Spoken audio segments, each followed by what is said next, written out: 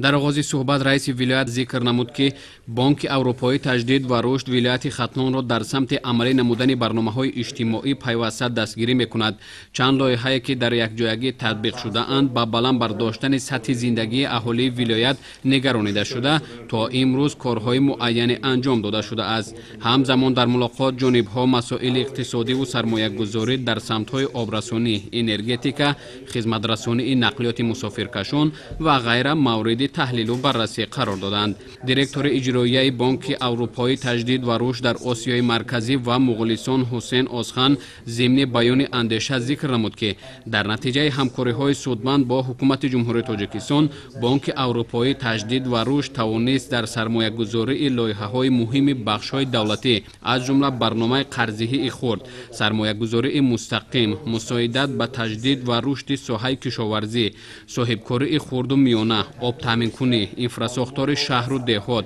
دستگیری زنان و جوانان اشتراک فعال نموده در رشد اقتصادی و اجتماعی تاجیکستان سهم باسزا گذاشته ایستاده است. عمل سازی لایحه رشد نقلیات جمعیتی ولایت ختلان که با دستور و سفارش‌های پیشوای ملت محترم امامعلی رحمان صورت گرفته است، مقصد تطبیق آن جاری نمودن خدمت‌رسانی نقلیات جمعیتی داخل شهری و نزد شهری با استفاده از اتوبوس‌ها، بلند برداشتن صفت خدمت‌رسانی مسافرکشانی، پس کردن حالت‌های تنبشوی نقلیات در راه‌های ماشینگرد، بلند برداشتن بخطری حرکت در راه‌ها و بهتر نمودن وضع اکولوژی عبارت می‌باشد. اثنای صحبت با قناعتمندی ذکر گردید که بانک اروپایی تجدید و رشد در دایره لایحه‌های خود در سمت بهتر نمودن نظام اداره‌کنی پرتوهای سطح معیشی و تأمین اهالی با آب نوشاکی به شهر و ناحیه‌های باختر، کلاب، نارک، دنغره و یاون کمک رسانیده ایستاده است. در دایره لایحه بهترکنی این نظام آب تامین کنی در شهر باختر